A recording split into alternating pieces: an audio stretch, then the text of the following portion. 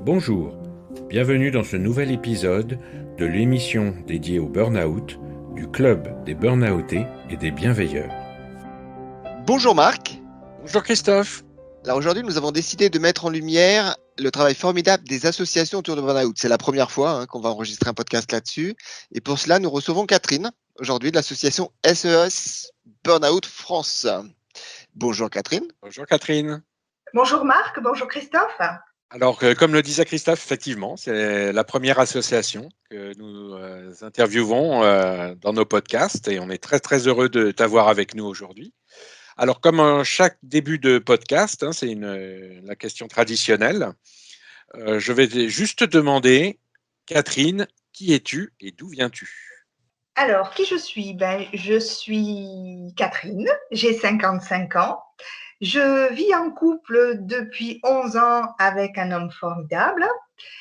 J'ai 2 grands garçons, j'en ai un de 29 ans et un de 26 ans. Et je vis dans la ville rose à Toulouse, où il fait bon vivre et où il y a du soleil en permanence. Et j'ai travaillé pendant plus de 10 ans dans le monde de la mutualité. Tu as de la chance d'habiter Toulouse, parce que ça, c'est une vraie chance. Chouette. Oui. Alors évidemment, tu représentes l'association SES Burnout, mais il est bien évident que si tu fais partie de l'association, c'est que tu es passé par là, très probablement. Enfin, nous, on sait que tu es passé par là en 2017, si je me souviens bien. Tout à fait. Tu peux nous parler un petit peu de ton expérience, justement, avant, après, pendant, etc. Oui, c'est très difficile d'en parler encore au jour d'aujourd'hui, bien que cela fasse maintenant plus de 3 ans que j'ai vécu ce burn-out. Ce qu'il faut savoir, c'est que j'étais dans un déni complet, absolu, que malgré que mon corps m'ait donné des alertes, et des alertes violentes, je n'avais pas véritablement compris ce que je vivais. Le burn-out s'installe insidieusement et progressivement, et je pense que c'est ce qui s'est passé pour moi. Il a mis vraiment plusieurs années à s'installer. On dit que les personnes qui vivent un burn-out sont des gens endurants, forts, et je pense que j'avais mis toute mon énergie à lutter contre ce burn-out et à lutter contre ce que je vivais. J'étais complètement auto-centrée travail. Je ne vivais et ne dormais également que pour travailler. Je n'avais plus de projet, je n'avais plus de vie, je ne regardais plus ce qu'il y avait autour de moi. C'était vraiment, ça a été, je dirais, des années très, très compliquées pour moi. J'étais dans le contrôle permanent, en fait. Je voulais absolument rentrer dans le moule de cette structure dans laquelle je travaillais. Mon objectif était entièrement tourné travail. Je me suis énormément isolée. J'ai également été énormément isolée parce que je crois que petit à petit, malgré toute la lutte et toute l'énergie qu'on peut mettre à essayer de lutter contre ce burn-out qui s'installe, on évolue, on change, on se renferme, on devient je dirais malgré tout, pour mon cas, presque de plus en plus agressif parce qu'on se sent agressé en permanence. Et les mots physiques qui s'installent, des petits arrêts qui se font pour essayer de reprendre un petit peu de souffle et un petit peu d'énergie assez régulièrement pour pouvoir tenir. Et la dernière chose que je mettais en place, moi, pour pouvoir continuer à avancer, c'est que j'essayais de me rendre un petit peu transparente au sein de la structure. Surtout ne pas faire de vagues, surtout que l'on ne me remarque pas, pour essayer de continuer à avancer en tenant le coup, tout en sachant que j'étais déjà en train de glisser. Voilà. Je dirais jusqu'au 14 décembre 2017, puisque c'est ce jour-là que j'ai complètement lâché. Ce jour-là, je suis arrivée le matin à 7 heures très tôt et j'ai trouvé dans ma boîte mail un message de ma directrice qui me disait qu'elle partait en déplacement et que j'étais sous haute surveillance et qu'on se reverrait la semaine suivante. 8 heures du matin, quelque chose se passe dans la tête, un déclic. et on se dit, il faut arriver jusqu'à midi. Il faut arriver jusqu'à midi, donc on se motive, on s'auto-centre sur le travail, on se dit qu'on va le faire admirablement bien jusqu'à la dernière minute. Et en fait, ce que je me revois surtout, c'est ranger le bureau, prendre mon manteau, souhaiter bon appétit à tout le monde et en quelque sorte m'enfuir. Je suis montée dans ma voiture, j'ai posé mes yeux sur le bâtiment. Je me suis dit que c'est encore assez émouvant pour moi. Je ne serais peut-être pas capable d'y revenir. Je suis arrivée à rentrer chez moi. Je pense qu'à partir de ce moment-là, il y a eu un grand blanc. Je sais que j'ai été transportée chez le médecin et c'est très émouvant pour moi. Hein. Et j'ai sombré dans 9 mois de… En fait, je me souviens très, très peu de ce qui s'est passé pendant ces 9 mois. Tout ce que je peux dire, c'est que pendant 9 mois, j'ai été transportée tous les mercredis matins à 10h chez le psychiatre. Je dis bien transportée parce que je n'étais pas capable de sortir seule, je n'étais pas capable de conduire, je n'étais absolument plus autonome. Et au bout de 9 mois, pourquoi une petite lumière s'est rallumée sur une conversation que j'avais eue avec le psychiatre 9 mois auparavant. Le psychiatre m'avait dit, il y a une structure à Toulouse qui peut vous aider et qui dispense des ateliers, et dont un atelier qui s'appelle psychopathologie et travail. Et j'ai pris le téléphone, j'ai pris rendez-vous et j'ai eu mon premier rendez-vous à la clinique des Cèdres. Mon compagnon m'a accompagnée à ce premier rendez-vous à la clinique des Cèdres. J'ai eu l'entretien avec l'infirmière coordinatrice. Je suis sortie de là-bas. J'avais déjà 2 petites lumières qui s'étaient rallumées. Et la semaine suivante, j'ai entamé le premier atelier de relaxation. Et je suis partie à ce premier atelier de relaxation seule avec ma voiture. Ah, donc là, tu n'avais plus personne pour te transporter, je reprends ton terme. Oui, mais j'y suis allée seule parce que je me sentais capable d'y aller seule.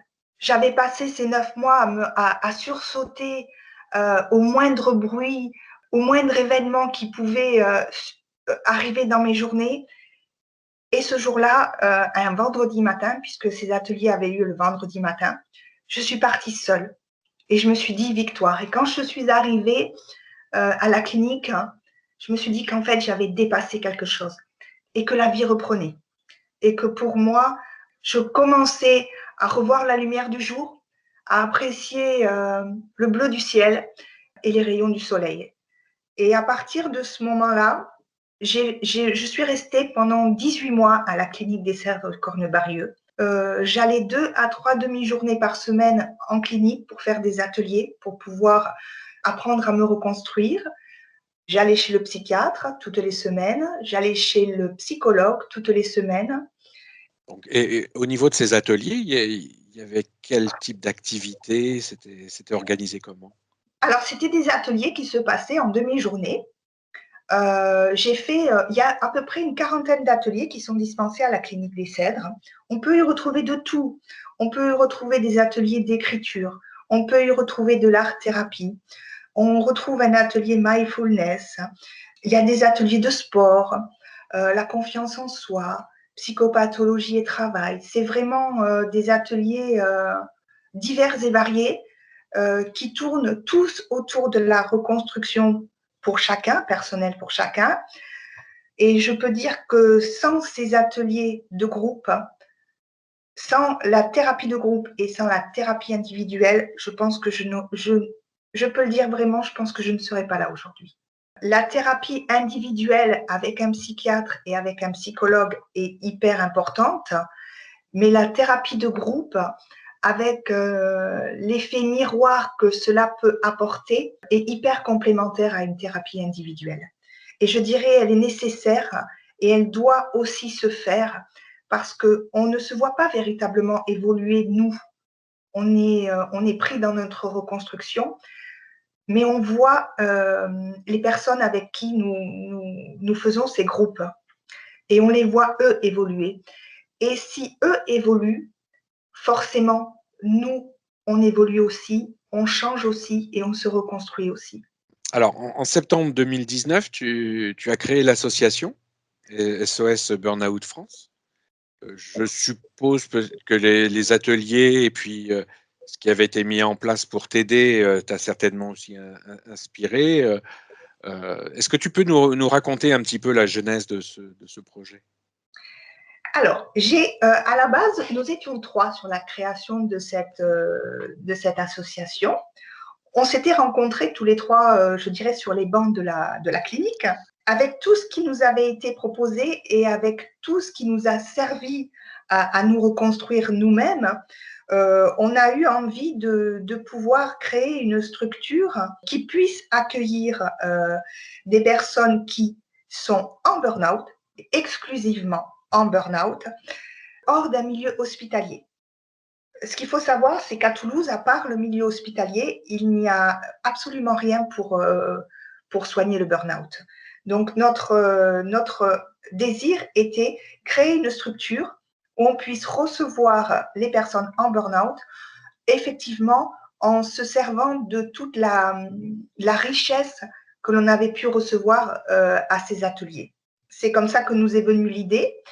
On a énormément travaillé pour essayer de mettre en place la structure. 6 mois avant, effectivement, on a commencé au mois de mars-avril 2019. Et effectivement, SOS Burnout France est né en septembre 2019. Ça a eu vraiment un impact hyper important parce que très, très rapidement, énormément de thérapeutes nous ont rejoints. Lors de la première réunion, nous étions à peu près une trentaine, toutes thérapies confondues. J'avais pu converser et avoir vraiment des relations avec énormément de monde. Alors, des gens qui sont professionnels, psychologues, psychiatres et autres, et des personnes qui ont vécu un burn-out et qui ont fait une reconversion et qui se sont dit qu'effectivement, avec leur vécu du burn-out, ils pouvaient apporter des solutions et aider les personnes à se reconstruire. La chose la plus importante, c'est qu'à un moment donné, nous avons eu ce besoin de rendre ce que nous avions reçu. Ça, c'est très intéressant, Catherine, parce que je ne sais pas si Marc, tu voulais en parler, mais nous, on l'a ressenti. Quand on a créé notre club, c'était ce qu'on avait en tête. Mais je trouve votre approche juste remarquable. Et justement, quelles sont vos activités au sein de l'association aujourd'hui? Comment se déroulent vos activités? Qu'est-ce que vous avez comme type d'activité qui est proposé ou qui sont proposées, pardon, aux personnes qui en ont besoin? On a 2 permanences, le mardi soir et le jeudi soir à la Maison des associations de Toulouse. Et durant ces permanences, on divise un peu le temps. Il y a un temps pour recevoir les personnes qui viennent à nous, parce que c'est toujours bien de pouvoir les recevoir et de pouvoir dialoguer avec eux. Et il y a le second temps dans lequel on place les ateliers et les cercles de parole. Les cercles de parole sont toujours dispensés par un psychologue. Un groupe se forme, on part sur une session de 6 séances d'1h30 tous les 15 jours, mais toujours avec les mêmes personnes et toujours avec le même groupe pour qu'il y ait une évolution et que les gens puissent tisser des liens et grandir ensemble. Ensuite, on essaye de mettre en place des ateliers, ce qu'on appelle des ateliers thérapeutiques. Les ateliers thérapeutiques, eux, sont dispensés en règle générale par des personnes qui, comme je le disais tout à l'heure, ont eu une reconversion professionnelle parce qu'ils ont vécu un burn-out et ils veulent apporter quelque chose de plus, soit de la sophrologie, soit de l'écriture, du yoga. Il y a énormément de choses qu'on peut mettre en place. On le fait soit effectivement en one shot, en une seule fois, ou alors on essaie de les proposer en 2 ou 3 ateliers, mais toujours plus courts que les cercles de parole. Et la dernière chose qui nous tient véritablement à cœur, c'est ce qu'on appelle le café des aidants. Le café des aidants, pourquoi? Parce que tout simplement par l'expérience de mon conjoint qui, lui, s'est trouvé tout seul pendant les 9 premiers mois. Il m'accompagnait, comme je vous le disais tout à l'heure, tous les mercredis matins chez le psychologue. Il attendait gentiment dans la salle d'attente. Je ressortais de la séance comme si j'avais été passée dans une lessiveuse et il me récupérait. Et lorsqu'il posait la question « Comment va-t-elle ?», ben, soit il avait droit à un « ça va être très long » ou il avait droit à un hochement de tête. Et avec le recul, je me dis que moi, j'ai fait un burn-out, mais il aurait pu aussi lui en faire un parce qu'il s'est trouvé très seul pendant 9 mois. Donc, il faut absolument accompagner les personnes qui aident et qui sont aidantes. Alors, nous, on fait ça autour du burn-out, ça se fait autour de la maladie d'Alzheimer, ça se fait autour du cancer, ça se fait autour d'énormément de choses. Mais si l'aidant n'est pas là pour tenir, si l'aidant n'est pas là pour mener la barque, ben, tout s'effondre. Tout s'effondre. Donc, il faut absolument que l'aidant soit pris en charge lui aussi et qu'il ait un lieu. Ce lieu, il est soit pour venir lui aussi vider son sac à dos, soit pour venir y chercher de l'information et voir quelle est la conduite à tenir. Est-ce qu'il doit attendre? Est-ce qu'il doit faire bouger? Est-ce qu'il peut laisser la personne qui est en burn-out seule? Voilà. Il a toutes ces questions dans sa tête et il doit pouvoir lui aussi, malgré tout, être serein. Ça permet aussi d'avoir des échanges entre aidants et Exactement. justement de partager ses expériences et puis déjà de voir qu'on n'est pas seul en tant qu'aidant. Exactement. Et les aidants, ils ont eux aussi besoin de se rapprocher d'autres personnes qui vivent la même situation qu'eux. Parce que autant nous, on est seuls, ben, eux le sont aussi. Eux le sont aussi. On essaie de tirer un maximum de positif de tout cela. Mais malgré tout, dans l'équipe du bureau et dans l'équipe de thérapeutes, on est très, très proches. On essaye de faire des réunions pour tous se soutenir. Ce matin, j'étais encore en ligne avec Sylvia, qui au jour d'aujourd'hui est bénévole au sein de l'association, mais que j'ai rencontrée parce qu'au départ, elle est venue parce qu'elle a fait un burn-out et elle a fait des cercles de parole, elle a fait des ateliers.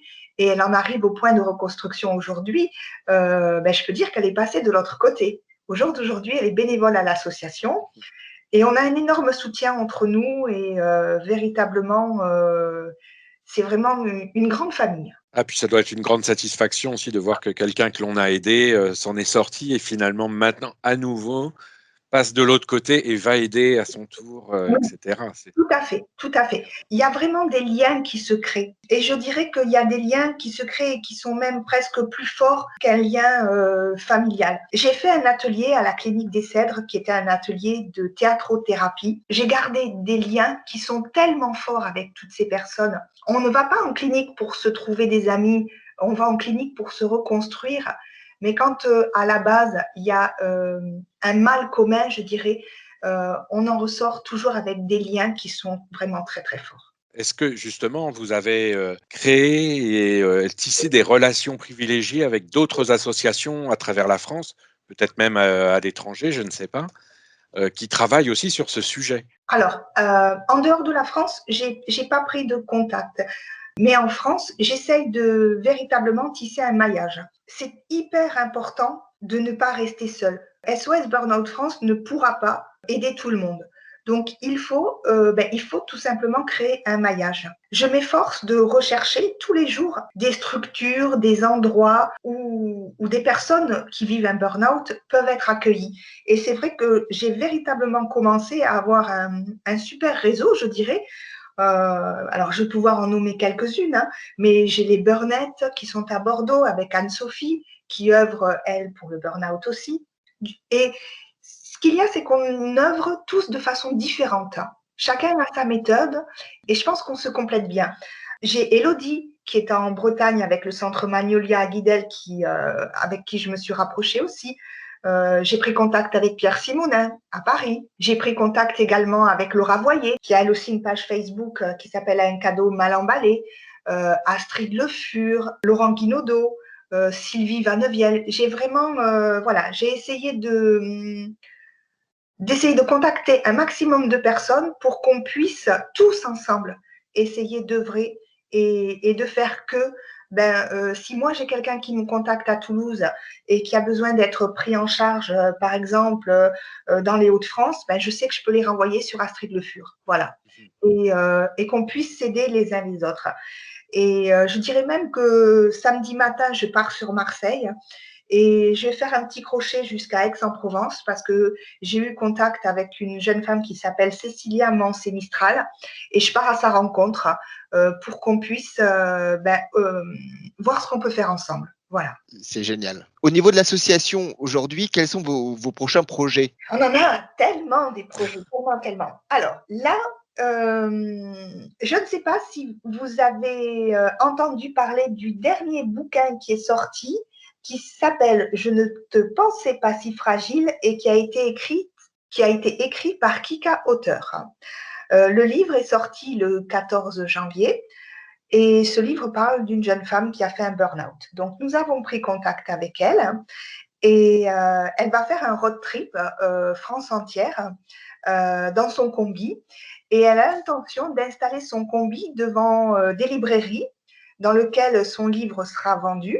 Donc, on a le challenge de pouvoir lui trouver une librairie à Toulouse devant laquelle elle peut installer son combi pour pouvoir dédicacer son bouquin. On a pris le temps de lire son livre. C'est vraiment quelque chose dans lequel on se plonge et on s'y retrouve. On est en train de mettre en place un partenariat avec la CFDT Occitanie pour pouvoir venir en aide aux personnes qui s'adressent à la CFDT et également pour venir en aide à toutes les personnes qui font partie de la CFDT et qui sont complètement démunies lorsqu'on vient à eux en pleurs. Donc, il y a 12 départements à couvrir, donc c'est quelque chose qui est en train de se mettre en place depuis 2 ou 3 mois. Un autre gros projet pour l'association serait de pouvoir mettre en place un atelier théâtre-thérapie, parce que ça, c'est quelque chose qui me tient énormément à cœur. Un atelier de yoga aussi, parce que je pense que ça serait un bon plus pour l'asso. Et un projet à un petit peu plus long terme, parce qu'on n'a vraiment pas le temps de tout faire, c'est une chose qui nous manque au sein de l'association, c'est un site Internet. Voilà. On aimerait pouvoir créer un site Internet. Ça, c'est les projets qui sont dans les petits tiroirs de l'association pour l'année 2021. Écoute, un grand merci, Catherine. Mais merci à vous. Merci à vous. Surtout, c'est vrai que c'est très, très important de pouvoir se retrouver tous et de savoir qu'on est tous là à œuvrer pour le burn-out. Voilà, c'est vraiment une cause qui devient de plus en plus importante et qu'il faut porter de plus en plus haut. On dit souvent, Marc, que le burn-out, c'est un mal pour un bien. Oui. Ça a été pour moi d'une grande souffrance. Je voulais être à une place qui n'était pas forcément la mienne, sûrement. Et au jour d'aujourd'hui, je pense que je suis à ma place. Je pense qu'au jour d'aujourd'hui, ce burn-out m'a permis de trouver ma voie. Pourquoi cette petite lumière encore s'est allumée? Je crois que je n'ai plus le syndrome de l'imposteur, je suis à ma place.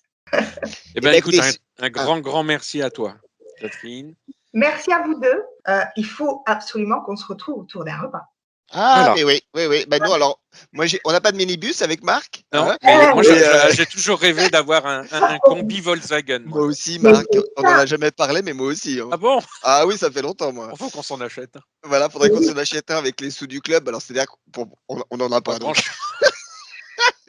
Mais c'est pas grave. Le fait ne serait-ce que de se retrouver dans une grande prairie avec un beau ciel bleu, un beau soleil et un sandwich, je suis sûre que ça nous suffirait. Ah, mais c'est sûr. On était tous réunis.